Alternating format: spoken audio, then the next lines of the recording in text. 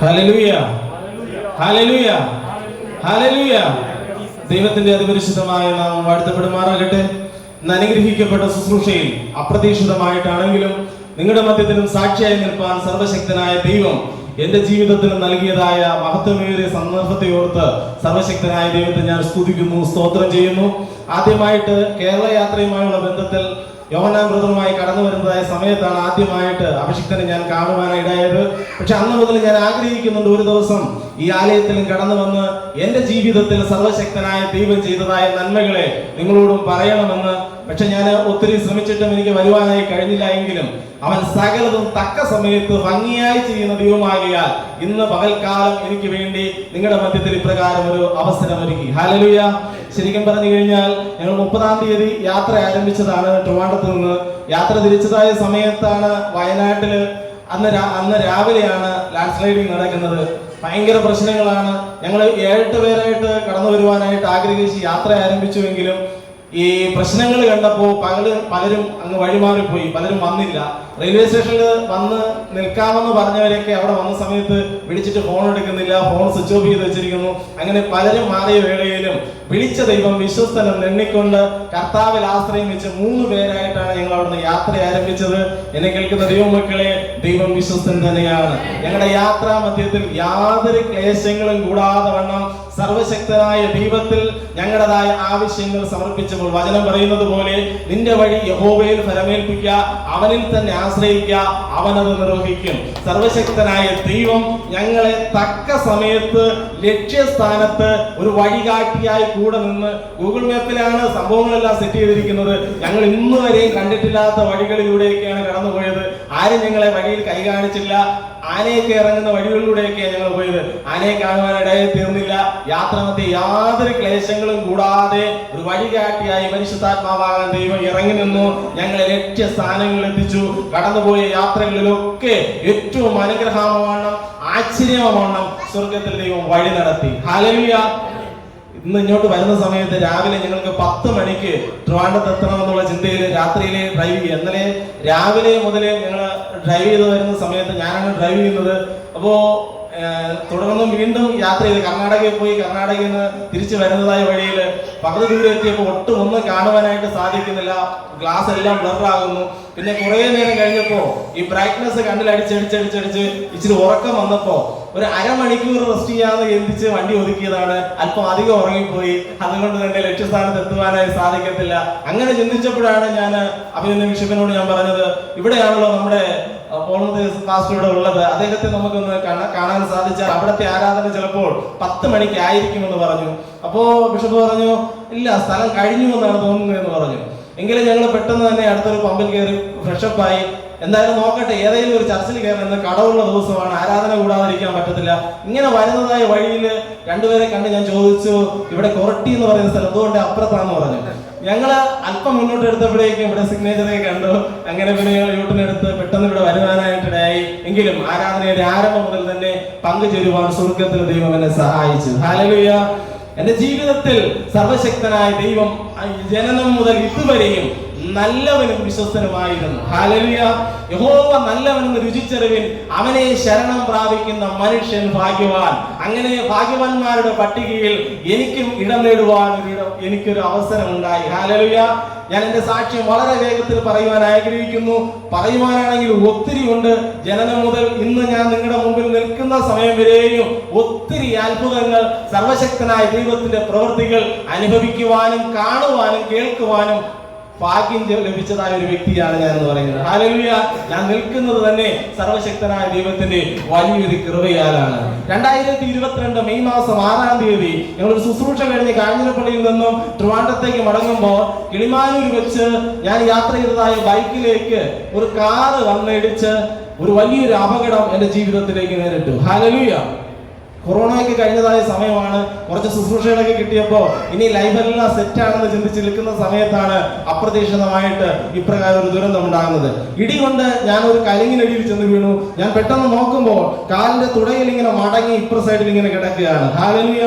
സഹിക്കുവാൻ കഴിയാത്തതായ വേദന, വല്ലാത്ത വേദന എന്റെ ശരീരത്തിൽ അനുഭവിക്കുന്നു. കണ്ണു തുറന്ന് നോക്കുമ്പോൾ കാണാൻ സാധിക്കുന്നത് ഇരുട്ടല്ലാതെ ഒന്നും തന്നെ കാണുവാനായി സാധിക്കുന്നില്ല. ഹല്ലേലൂയ. എന്റെ വേദനയിൽ ഞാൻ യേശുവപ്പാ അത്യുച്ചത്തിൽ നിലവിളിച്ചുകൊണ്ടേയിരുന്നു. കാരണം എന്റെ മാതാവിനെയോ പിതാവിനെയോ പ്രിയപ്പെട്ടവളെയോ കൂട്ടുകാരെയോ ആരെയും വിളിച്ചാൽ വിദൂരതയിൽ നിൽക്കുന്നവർക്ക് എന്റെ ശബ്ദം ഒന്ന് കേൾക്കുവാൻ പോലും സാധിക്കത്തില്ല. ഹല്ലേലൂയ. എന്നാൽ വചനം ഇപ്രകാരം പറയുന്നു, ഞാൻ വിളിച്ചപേക്ഷിച്ച നാളിൽ നീ എനിക്ക് ഉത്തരമരുളി എന്റെ ഉള്ളിൽ ബലം നൽകി എന്നെ ധൈര്യപ്പെടുത്തിയിരിക്കുന്നു. ഹല്ലേലൂയ. എന്നെ കേൾക്കുന്ന ദൈവമക്കളെ, സർവശക്തനായ ദൈവം ഞാൻ ആയിരുന്നതായ വേദനയുടെ മധ്യത്തിൽ ആ വേദനകളെ താങ്ങുവാൻ എനിക്ക് കൃപ നൽകി. ഹല്ലേലൂയ. ഞാൻ ആ കിടന്ന സമയത്ത് എന്റെ കൈ, രണ്ട് കൈ കൊണ്ടും കാലിനെ നിവർത്തുവാനായി നോക്കിയപ്പോൾ എനിക്ക് മനസ്സിലായി എന്റെ വലത് കൈ ഒടിഞ്ഞു കിടക്കുകയാണെന്ന്. എന്നാൽ കാല് നിവർത്തിയിട്ടേച്ച് മുട്ടിനിടഞ്ഞ് യേശുവപ്പാ യേശുവപ്പാ എന്ന് നിലവിളിച്ചുകൊണ്ട് ഞാൻ ഇടഞ്ഞ് ഇങ്ങനെ റോഡിലേക്ക് കയറുവാനായി ശ്രമിക്കുകയാണ്. എന്നാൽ എന്റെ ഒച്ചപ്പാട് ബഹളമാക്കി കേട്ട് ആരാണ്ടൊക്കെ ഓടിക്കൂടി എടുത്ത് ആംബുലൻസിലേക്ക് കിടത്തി. ആംബുലൻസിൽ കിടത്തി ഹോസ്പിറ്റലിലേക്ക് കൊണ്ടുപോകുന്ന സമയത്ത് ഞാൻ നോക്കുമ്പോൾ കാലിന്റെ തുടയല്ലാതെ എന്റെ കാലിന്റെ പാദം ഇങ്ങനെ രണ്ടുപേരും ഇങ്ങനെ തൂങ്ങിക്കിടക്കുകയാണ്. ഹല്ലേലൂയ. അറ്റ് തൂങ്ങിക്കിടക്കുകയാണ്. ഒരു കേക്ക് പീസ് കട്ട് ചെയ്ത് മാറ്റിയതുപോലെ ഒരേ ഭാഗം ശൂന്യമായിരിക്കുന്നു. ഇങ്ങനെ പാദം ഇങ്ങനെ തൂങ്ങിക്കിടക്കുകയാണ്. ഞാൻ വല്ലാതെ ഭാരപ്പെട്ടു പോയി. സഹിക്കുവാൻ കഴിയാത്തതായ വേദന. എന്നാൽ ഏറിയ നാളുകൾക്ക് മുമ്പ് എന്റെ കൺമുന്നിൽ തന്നെ എന്റെ ഒരു റിലേറ്റീവായ ഒരു മനുഷ്യൻ ഇപ്രകാരം കാലിന് മാത്രം ഒരു പരിക്ക് സംഭവിച്ച് 3-ാം ദിവസം ലോകത്തിൽ നിന്ന് മാറ്റപ്പെട്ടതായ ഒരു അനുഭവം എന്റെ കൺമുന്നിലുണ്ട്. ആ ചിന്തകളെല്ലാം എന്റെ ഹൃദയത്തിലേക്ക് കടന്നു വന്നിട്ട് വല്ലാതെ ഭീതിപ്പെടുത്തിക്കൊണ്ടേയിരുന്നു, എന്നെ ഭാരപ്പെടുത്തിക്കൊണ്ടിരുന്നു. എന്നാൽ ഇതിനെല്ലാം കവർ ചെയ്തുകൊണ്ട് ദൈവവചനം ചിലത് എന്റെ ഹൃദയത്തിൽ ഇങ്ങനെ വീണുകൊണ്ടേയിരുന്നു. ഹല്ലേലൂയ. എന്നാൽ എന്നെ ഭീതിപ്പെടുത്തുന്നതായ ആ വസ്തുതകളെല്ലാം അവിടെ ഇട്ടുകൊണ്ട് ആ വചനത്തെ ഞാൻ ഉച്ചത്തിൽ ഉരുവിട്ടുകൊണ്ടേയിരുന്നു. ഹല്ലേലൂയ. ഞാൻ മരിക്കുകയില്ല, ഞാൻ ജീവിച്ചിരുന്ന് എന്റെ ദൈവത്തിന്റെ പ്രവൃത്തികളെ വർണ്ണിക്കും. ഹല്ലേലൂയ. വിശ്വാസത്തോടെ ആരെയും നോക്കാതെ ഉച്ചത്തിൽ ഞാൻ എത്രത്തോളം ശക്തിയോടെയാണ് നിലവിളിക്കുന്നത്, അതേ ശക്തിയോടെ അതേ ഉച്ചത്തിൽ തന്നെ ഈ വചനങ്ങൾ ഉരുവിട്ടുകൊണ്ടേയിരുന്നു. ഹല്ലേലൂയ. ഹോസ്പിറ്റലിലേക്ക് കൊണ്ടുപോകുന്ന വഴിക്കൊക്കെ ഈ ആംബുലൻസ് അങ്ങോട്ടും ഇങ്ങോട്ടും അനങ്ങുമ്പോഴൊക്കെ സഹിക്കുവാൻ കഴിയാത്ത വേദനയാണ്. എങ്കിലും ബോധരഹിതനായൊന്നും തീരാതെ കാര്യങ്ങളെല്ലാം മനസ്സിലാക്കുവാനും ഇന്നും നിങ്ങളുടെ മുമ്പിൽ സാക്ഷീകരിക്കുവാനും സ്വർഗ്ഗത്തിലെ ദൈവം എന്നെ കൃപയാൽ നിർത്തി. ഹല്ലേലൂയ. ഞാൻ ആശുപത്രിയിൽ ചെല്ലുന്നതായ സമയത്ത് ദൈവദാസന്മാർ മുന്നിലുണ്ടായിരുന്നു. അവരെല്ലാം കടന്നു വന്നു. എന്റെ പ്രിയപ്പെട്ടവരെല്ലാവരും കടന്നു വന്നു. ആ സമയത്ത് ഡോക്ടർമാർ ഇപ്രകാരം പറഞ്ഞു, എത്രയും പെട്ടെന്ന് ഒരു സർജറി നടത്തണം. എന്റെ സ്നേഹിതരെല്ലാം ഓടി വന്നിട്ട് എന്നോട് പറഞ്ഞു, ചേട്ടാ കൈവശം പൈസ വല്ലതും ഇരിപ്പുണ്ടോ, ഒരു സർജറി നടത്തണമെന്ന് പറഞ്ഞു. ഹല്ലേലൂയ. ഞാൻ അവരോട് പറഞ്ഞു, നിങ്ങൾ എത്രയും പെട്ടെന്ന് എങ്ങനെയെങ്കിലും എന്നെ ഒന്ന് വീട്ടിലെത്തിക്കണമെന്ന്. കാരണം 15 ലക്ഷം രൂപയുടെ ബാധ്യതയല്ലാതെ എന്റെ കയ്യിൽ ഒന്നും തന്നെ ഇല്ല. ഹല്ലേലൂയ. ഞാൻ ശുശ്രൂഷയിലാണ് ആയിരിക്കുന്നത്, കർത്താവിന്റെ വേലയാണ് ചെയ്യുന്നത് എങ്കിൽ തന്നെയും എന്റെ കുടുംബത്തിന്റെ അതിജീവനത്തിന് വേണ്ടിയിട്ട് കുടുംബകാര്യങ്ങൾ നോക്കുവാൻ ഞാൻ കൂലിവേല ചെയ്താണ് ശുശ്രൂഷ ചെയ്തുകൊണ്ടിരിക്കുന്നത്. ഹല്ലേലൂയ. എനിക്ക് ശുശ്രൂഷയുമായി ബന്ധപ്പെട്ട് ഒത്തിരി വരുമാനങ്ങളൊന്നുമില്ല. പക്ഷെ എന്റെ ഉത്തരവാദിത്തങ്ങൾ ഞാൻ കൃത്യമായി ചെയ്തേ തീരൂ. ഹല്ലേലൂയ. ഞാൻ മറ്റൊരു ജോലിക്ക് പോകുവാൻ എനിക്ക് സാധിക്കാത്തത് കൊണ്ടല്ല. ഞാനൊരു ജോലി പെർമനന്റ് ആയിട്ട് നേടിയെടുത്താൽ എനിക്ക് കർത്താവിന്റെ വേല ചെയ്യുവാൻ സാധിക്കത്തില്ല. എനിക്ക് തോന്നുമ്പോൾ ലീവ് എടുക്കുവാനായി സാധിക്കത്തില്ല.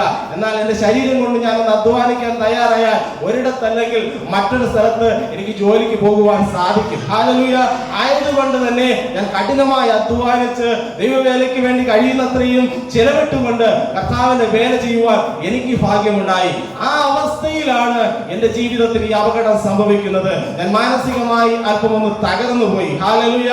എന്നാൽ വചനം ഇപ്രകാരം പറയുന്നു, ബാലസിംഹങ്ങൾ ഇരകിട്ടാതെ വിശന്നിരിക്കും, യഹോവയെ അന്വേഷിക്കുന്നവർക്കോ ഒരു നന്മയ്ക്കും കുറവില്ല. ഹല്ലേലൂയ.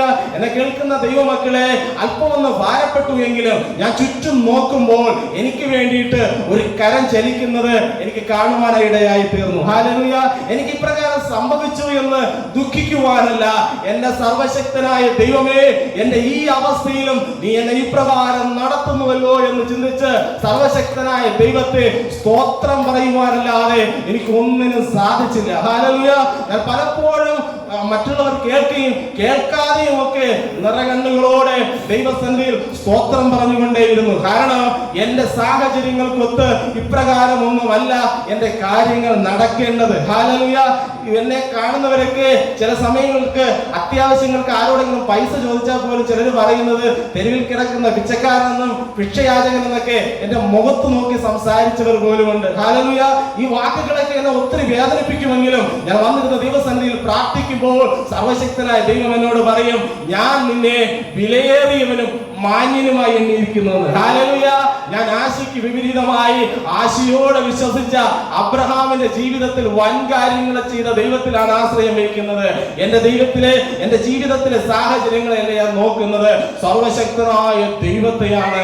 ഇല്ലാത്തതിനെ ഉള്ളതുപോലെ വിളിച്ചു വരുത്തുവാൻ കഴിവുള്ള ദൈവം, മരുഭൂമിയെ മലർവാടിയാക്കി മാറ്റുവാൻ കഴിവുള്ള സർവശക്തനായ കർത്താവ് എന്റെ ജീവിതത്തിലുടനീളം അത്ഭുതങ്ങളാലും അടയാളങ്ങളാലും വീര്യപ്രവൃത്തികളാലും എന്നെ ഭൂതലത്തിൽ ശേഷിപ്പിച്ച സർവശക്തനായ ദൈവം, ആ ദൈവം ഇന്നും ഇന്നലെയും നാളുകളിലും സർവശക്തൻ തന്നെയാണ്. ഹല്ലേലൂയ.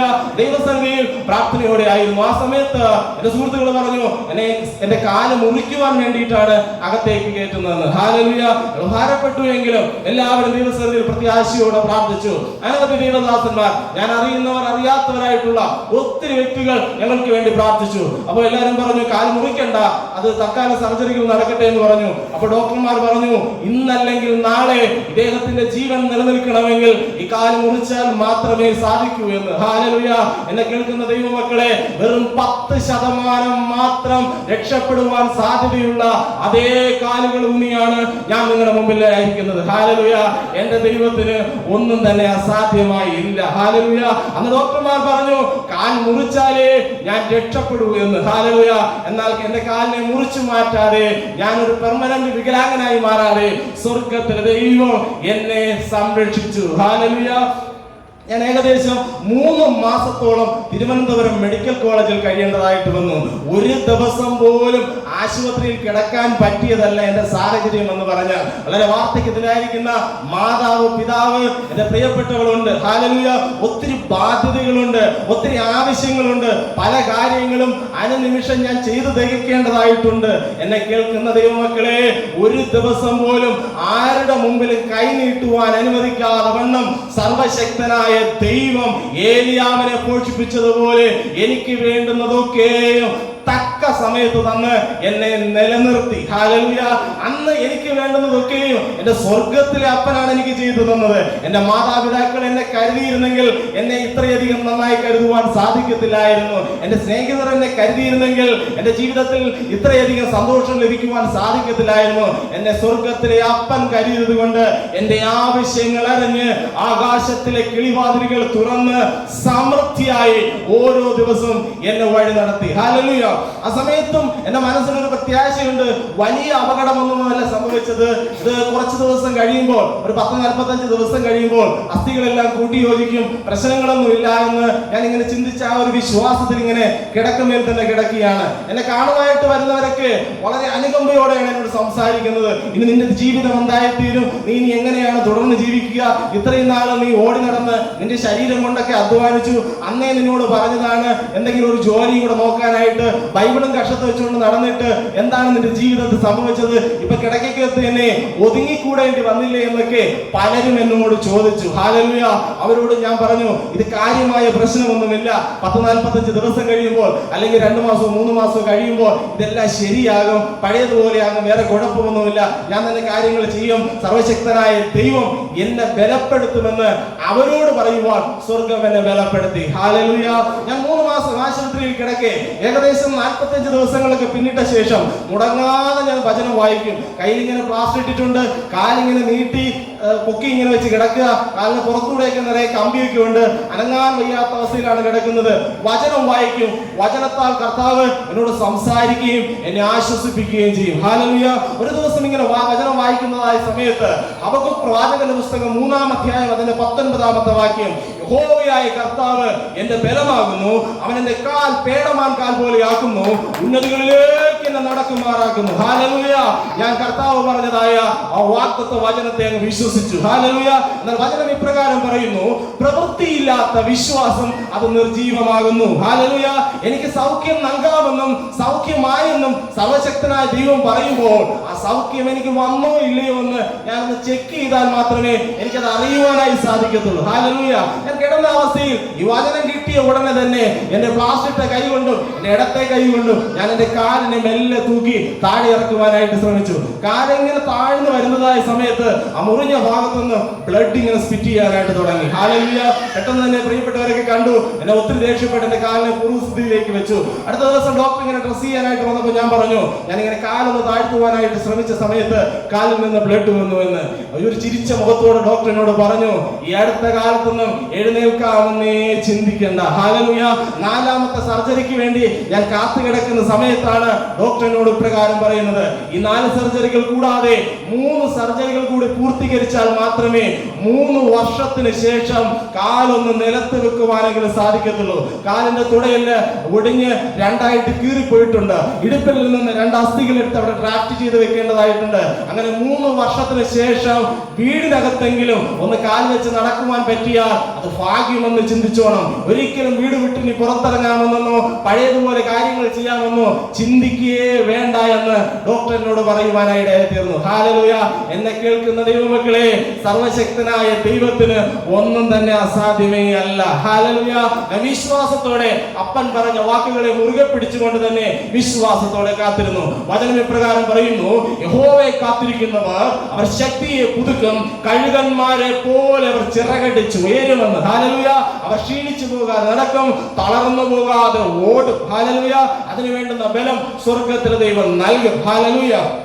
3 മാസത്തിന് ശേഷം ഞാൻ വീട്ടിലേക്ക് വന്നു. തുടർന്ന് 3 മാസം വീട്ടിൽ തന്നെയാണ്. ഇടയ്ക്ക് ചെക്കപ്പിനായിട്ട് ആശുപത്രിയിൽ കൊണ്ടുപോകുമ്പോൾ ആരെങ്കിലും വന്ന് എന്നെ എടുത്ത് വണ്ടിയിൽ കിടത്തും, കൊണ്ടുവന്ന് ഹോസ്പിറ്റലിൽ കാണിക്കും. അവിടെ സ്ട്രെച്ചറിൽ കിടത്തി ഡോക്ടറെ കണ്ട ശേഷം തിരിച്ച് അതേപടി തന്നെ എടുത്തു കൊണ്ടുവന്ന് കട്ടിലേക്ക് കിടക്കും. കട്ടിലിൽ തന്നെയാണ് എന്റെ പ്രാഥമിക കാര്യങ്ങളെല്ലാം നടന്നുകൊണ്ടിരിക്കുന്നത്. കട്ടിലിട്ടൊരു ജീവിതം എനിക്ക് അതുവരെയും ഇല്ല.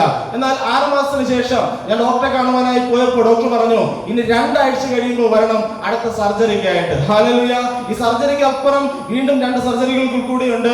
അതിനായിട്ട് ഞാൻ കാത്തിരിക്കേണ്ടതായിട്ടുണ്ട്. 6 മാസം കൊണ്ട് ഒരു ചലനമില്ല, കട്ടിലിന് മേൽ തന്നെ. ശേഷം വീട്ടിൽ വന്നു. വെള്ളിയാഴ്ചയായിരുന്നു. ശനിയാഴ്ച വീട്ടിലിരുന്നു. ഞായറാഴ്ച എല്ലാവരും പള്ളിയിൽ പോയതായ സമയത്ത് എന്റെ ഹൃദയത്തിൽ ഒരു ആലോചന, എനിക്ക് ഇന്ന് ആലയത്തിൽ കടന്നു പോകണം. ഹല്ലേലൂയ. ഞാൻ എന്റെ പേഴ്സ് നിവർത്തി നോക്കിയപ്പോൾ ഒരു വണ്ടി വിളിക്കുവാനുള്ള പൈസ എന്റെ പേഴ്സിൽ ഇല്ല. ഹല്ലേലൂയ. ഞാൻ എന്നെ ഉടനെ തന്നെ എന്റെ സഹോദരനെ വിളിച്ചു പറഞ്ഞു, നീ പെട്ടെന്ന് ബൈക്കുമായിട്ട് വീട്ടിലേക്ക് വരണം, എനിക്കിന്ന് പള്ളിയിൽ പോകണമെന്ന്. ഹല്ലേലൂയ. അപ്പൊ അവൻ പറഞ്ഞു, നിങ്ങൾക്ക് എങ്ങനെയാണ് ബൈക്കിൽ കയറുവാനായി സാധിക്കുന്നത്? കിടക്ക വിട്ട് അനങ്ങുവാൻ സാധിക്കാത്ത നിങ്ങളെ ആരെടുത്ത് വണ്ടിയിൽ കയറ്റും എന്നൊക്കെ പറഞ്ഞ് അവൻ എന്നോട് ഒത്തിരി ദേഷ്യപ്പെട്ടു. ഞാൻ പറഞ്ഞു, നിനക്ക് അറിയാത്തത് കൊണ്ടാണ്. ഞാൻ കുറച്ച് ദിവസമായി നടന്നു തുടങ്ങി, എനിക്ക് വേറെ പ്രശ്നമൊന്നുമില്ല, നീ വണ്ടിയുമായി വന്നാൽ മതി. കർത്താവ് സുഖം തന്നതുകൊണ്ട് വീട്ടിൽ കിടക്കുവാൻ പറ്റത്തില്ല, എനിക്ക് ആലയത്തിൽ പോയേ തീരുവെന്ന്. ഹല്ലേലൂയ. ഞാൻ അവനെ നിർബന്ധിച്ചത് കൊണ്ട് നിർബന്ധത്തിന് വഴങ്ങി അവൻ വീട്ടിലേക്ക് വന്നു. ബൈക്കുമായി വീട്ടിൽ വന്ന സമയത്ത് ഞാൻ കാലാദ്യമായി നിലത്ത് വെക്കുമ്പോൾ നെറുകന്തല മുതൽ ഉച്ചങ്കാല് വരെയും കുത്തി പിടിക്കുന്നതായ വേദന എന്റെ ശരീരത്തിൽ അനുഭവിക്കാനിടയായി തീർന്നു. എഴുന്നേറ്റിരിക്കുന്നതായ സമയത്ത് ശരീരം വേദനിപ്പിക്കുമ്പോൾ സർവശക്തനായ ദൈവം എന്നോട് ഇപ്രകാരം പറഞ്ഞു, ഭയപ്പെടേണ്ട, ഞാൻ നിന്റെ വലങ്കരം പിടിച്ചിട്ടുണ്ടെന്ന്. ഹല്ലേലൂയ. കൈ പ്ലാസ്റ്റർ ഇട്ടിട്ടുണ്ട്, വലതു ഭാഗം ഫുള്ള് ബലഹീനമായിരിക്കുന്നു. അപ്പോഴും കർത്താവ് പറയുന്നു, നിന്റെ വലങ്കരം ഞാൻ പിടിച്ചിട്ടുണ്ടെന്ന്. ഞാൻ നോക്കുമ്പോ എന്റെ വലതു ഭാഗമാണ് ബലഹീനമായിരിക്കുന്നത്. ആ വലതു സൈഡിൽ എന്റെ അപ്പൻ എന്നെ പിടിക്കുമെങ്കിൽ ഞാനും ബലമുള്ളവൻ തന്നെ. ഹല്ലേലൂയ. വിശ്വാസത്തോടെ ദൈവത്തിൽ പ്രത്യാശ അർപ്പിച്ച് വേദന സഹിച്ച് ബൈക്കിൽ വലിഞ്ഞു കയറി. ഹല്ലേലൂയ. ആദ്യമായിട്ട് 6 മാസത്തിന് ശേഷം ഞാൻ ആലയത്തിൽ കാൽ ചവിട്ടി. ഹല്ലേലൂയ. എന്നെ കേൾക്കുന്ന ദൈവമക്കളെ, അന്ന് തുടങ്ങി ഇന്ന് വരെ കിടക്കുവാൻ സ്വർഗ്ഗത്തിലെ ദൈവം അനുവദിച്ചിട്ടേ ഇല്ല. ഹല്ലേലൂയ. വീണ്ടും 3 സർജറികൾ വേണമെന്ന് പറഞ്ഞ സ്ഥാനത്ത് നടന്ന് ഡോക്ടറുടെ മുന്നിൽ പോകുവാൻ സ്വർഗ്ഗത്തിലെ ദൈവം എന്നെ സഹായിച്ചു. ഹല്ലേലൂയ. ഡോക്ടർ എന്നോട് പറഞ്ഞു, ശരീരത്തിൽ വേദനയൊന്നുമില്ലേ, ഇതെങ്ങനെയാണ് സാധിക്കുന്നത്, വേറെ എന്തെങ്കിലും ട്രീറ്റ്മെന്റ് എടുത്തോ എന്നൊക്കെ എന്നോട് ഡോക്ടർ പറഞ്ഞു. ഞാൻ പറഞ്ഞു, സർവശക്തനായ ദൈവം എന്നെ വിടുവിച്ചു. ഹല്ലേലൂയ. ഡോക്ടർ പറഞ്ഞു, കിടക്കമേൽ ഒതുങ്ങിക്കൂടുവാൻ. എന്നാൽ സർവശക്തനായ ദൈവം പറഞ്ഞു, നിന്റെ കിടക്ക എടുത്ത് നടക്കുവാൻ. ഹല്ലേലൂയ. എന്നെ കേൾക്കുന്ന ദൈവമക്കളെ, 6 മാസം കഴിഞ്ഞപ്പോൾ ഞാൻ എഴുന്നേറ്റ് നടന്നു തുടങ്ങി. 2 ആഴ്ച കഴിഞ്ഞപ്പോഴത്തേക്കും ഞാൻ ബസ്സേ കയറി തുടങ്ങി. 7-ാം മാസം മുതൽ ഞാൻ അതേ ബൈക്ക് ഓടിച്ചു തുടങ്ങി. 8-ാം മാസം മുതൽ ഞാൻ കാർ ഓടിച്ചു തുടങ്ങി. ഹല്ലേലൂയ. 2022 എന്റെ ജീവിതത്തിൽ ഒരു അടഞ്ഞ അധ്യായമെന്ന് സകലിലും വിധി എഴുതിയ അതേ സ്ഥാനത്ത്, സകലിലും അനുകമ്പയോടെ നോക്കി അതേ സ്ഥാനത്ത് ആന്ധ്രാപ്രദേശോളം അതേ വർഷത്തിൽ തന്നെ ഡിസംബർ മാസത്തിൽ കടന്നുപോയി സർവശക്തനായ ദൈവത്തിന്റെ നാമത്തെ ഉയർത്തിക്കാട്ടുവാൻ എന്റെ ദൈവം എന്റെ ജീവിതത്തിൽ ഭാഗ്യം നൽകി. ഹല്ലേലൂയ. ശേഷം ഇന്നിപ്പോ 2 വർഷങ്ങൾ പൂർത്തീകരിച്ചതേ ഉള്ളൂ. പല സ്ഥലങ്ങളിൽ കടന്നു പോകുവാൻ, 8ഓളം സംസ്ഥാനങ്ങളിൽ കാൽ ചവിട്ടി കർത്താവിന്റെ നാമത്തെ ഉയർത്തുവാൻ കഴിഞ്ഞ ആഴ്ചയിലും ഛത്തീസ്ഗഡിൽ നിന്ന് ഞാൻ കടന്നു വന്നതേ ഉള്ളൂ. ഇനി ഒരാഴ്ചയോടെ കഴിയുമ്പോൾ വീണ്ടും ഞാൻ മടങ്ങിപ്പോകും. ഹല്ലേലൂയ. എനിക്ക് നൽകിയതായ ജീവിതം, എന്റെ കർത്താവ് എനിക്ക് തന്നതായ ആരോഗ്യം ഞാൻ കർത്താവിനായി പ്രയോജനപ്പെടുത്തിക്കൊണ്ടിരിക്കുന്നു. ഹല്ലേലൂയ. എന്നെ എങ്ങനെ പ്രയോജനപ്പെടുത്തണമെന്ന്, എങ്ങനെ ഉപയോഗിക്കണമെന്നും, ഏതെല്ലാം മേഖലകളിൽ അയക്കണമെന്നും എന്റെ അപ്പൻ എന്നെ കുറിച്ച് നന്നായിട്ട് അറിയാം. ഹല്ലേലൂയ. എനിക്ക് എന്നെ കുറിച്ചുള്ളതിലും അധികം ആലോചനയാണ്, വിചാരമാണ് സർവശക്തനായ ദൈവത്തിന് എന്നെ കുറിച്ചുള്ളത്. ഹല്ലേലൂയ. ഞാൻ അതുകൊണ്ട് തന്നെ 1 പത്രോസ് എഴുതിയ ലേഖനം 5-ാം അധ്യായത്തിന്റെ 7-ാം വാക്യം പറയുന്നത് പോലെ അവൻ നിങ്ങൾക്കായി കരുതുന്നതാകിയാൽ നിങ്ങളുടെ സകല ചിന്താകളും അവന്റെ മേലിട്ടുകൊള്ളുവിൻ. ഹല്ലേലൂയ. അതുകൊണ്ട് തന്നെ ഭീതിപ്പെടുത്തുന്ന വിഷയങ്ങൾ ഒരുപാടുണ്ട്. കഴിഞ്ഞ ദിവസം ഞാൻ വയനാട്ടിലായിരിക്കുമ്പോൾ പെട്ടെന്ന് എന്റെ മാതാവിന് രോഗാവസ്ഥ മൂർച്ഛിച്ചു. അമ്മയ്ക്ക് 2 അറ്റാക്ക് കഴിഞ്ഞതാണ്. 1 അറ്റാക്ക് കഴിഞ്ഞ് ആൻജിയോപ്ലാസ്റ്റി കഴിഞ്ഞ് വീട്ടിൽ കൊണ്ടുവന്ന് 3 ദിവസം കഴിഞ്ഞപ്പോൾ അടുത്ത അറ്റാക്ക് വന്നു. വീണ്ടും ആശുപത്രിയിൽ അഡ്മിറ്റായി. കഴിഞ്ഞ ദിവസങ്ങളിലൊക്കെ വളരെ ക്ഷീണാവസ്ഥയിലായിരുന്നു. ഹല്ലേലൂയ. പിന്നെ ഞാൻ ചിന്തിച്ചതായ ഒരു കാര്യം, എന്റെ അമ്മ വയ്യാണ്ട് കിടക്കുന്നു എന്ന ചിന്തയിൽ ഞാൻ ഓടി അവിടെ എത്തിയാലും പ്രത്യേകിച്ച് കാര്യമൊന്നുമില്ല. ഹല്ലേലൂയ. എന്റെ ശരീരത്തിൽ ഞാൻ ഒത്തിരി വേദന അനുഭവിച്ചതാണ്. എന്റെ അടുത്ത് വന്നിരുന്ന് ആ പോട്ട് മക്കളെ എന്ന് പറയുവാനും, സാരമില്ല സുഖമാകുമെന്ന് പറയാനും, വേണ്ടി വന്നാൽ സഹി കെട്ടാൽ ഒരു പെയിൻ കില്ലർ എടുക്കാനൊക്കെ ആർക്കെങ്കിലും ഒക്കെ സാധിക്കത്തുള്ളൂ. എന്റെ വേദന എന്നത് അത് എനിക്ക് മാത്രമുള്ളതാണ്. ഹല്ലേലൂയ. അത് ഞാൻ തന്നെ അനുഭവിച്ചേ പറ്റൂ. എന്നാൽ അതിനൊരു മാറ്റത്തെ വരുത്തുവാൻ സ്വർഗത്തിലെ ദൈവത്തിന് മാത്രമേ സാധിക്കത്തുള്ളൂ. ഹല്ലേലൂയ. എന്നെ കേൾക്കുന്ന ദൈവമക്കളെ, ഈ 3 മാസക്കാലയളവ് ആശുപത്രിയിൽ കിടക്കുമ്പോൾ ഓരോ ദിവസവും ഞാൻ ഭീതിയോടെയാണ് ഉണരുന്നത്. കാരണം ഡ്രസ് ചെയ്യാനായിട്ട് ഇവർ വന്നിങ്ങനെ അഴിച്ചെടുക്കുമ്പോൾ ഞാൻ ശരീരത്തിൽ അനുഭവിക്കുന്ന വേദന എന്ന് പറഞ്ഞാൽ അത് പറഞ്ഞറിയിക്കുവാൻ സാധിക്കാത്തതാണ്. ഈ ബ്ലഡ് ഓട്ടം ഇല്ലാത്തതായ ഭാഗങ്ങളൊക്കെ അവർ സർജിക്കൽ ബ്ലൈഡ് കൊണ്ട് ഇങ്ങനെ ഉരസും. ഈ മരവിച്ച് ബ്ലഡ് വരാത്ത ഭാഗങ്ങളൊക്കെ സർജിക്കൽ ബ്ലൈഡ് കൊണ്ട് പച്ചയ്ക്ക് തന്നെ ഇങ്ങനെ മുറിച്ചെടുക്കുകയൊക്കെ ചെയ്യും. വല്ലാത്തൊരു വേദനയാണ്. ഞാൻ നേരം വിളിക്കുമ്പോൾ എനിക്ക് അറിയാവുന്ന സ്ഥിരം വിളിക്കുന്ന ദേവദാസന്മാരെയൊക്കെ വിളിച്ചു പറയും, കർത്താവിന്റെ ദാസന്മാരെ എനിക്ക് വേണ്ടി പ്രാർത്ഥിക്കണം, ഇപ്പൊ ഡ്രസ് ചെയ്യാനായിട്ട് വരും, ഈ വേദന താങ്ങാനായിട്ട് ഒരു കൃപ തരാൻ വേണ്ടി നിങ്ങൾ പ്രാർത്ഥിക്കണമെന്ന്. ഇവർ ഈ പ്രോസസ് എല്ലാം കഴിഞ്ഞു പോയ ശേഷം മാത്രമാണ് എന്റെ മനസ്സിനൊരു സമാധാനം ഉള്ളത്. ഹല്ലേലൂയ.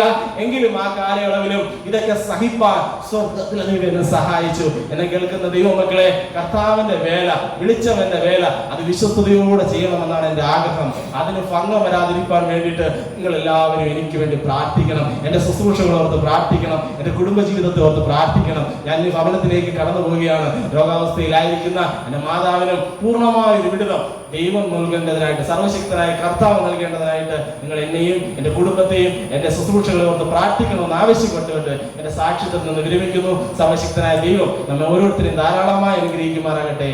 ആമേൻ.